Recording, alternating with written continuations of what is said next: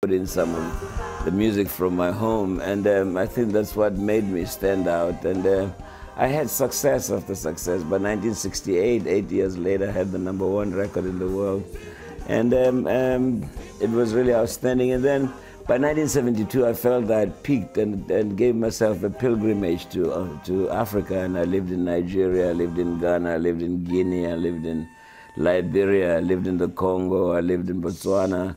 I followed, when I lived in Botswana, it was really the closest I could get to South Africa. And then that was also invaded in 1985 by the South African Defense Force, their squad. So I had to come for a second exile. And I came to live in London for 5 years during that time.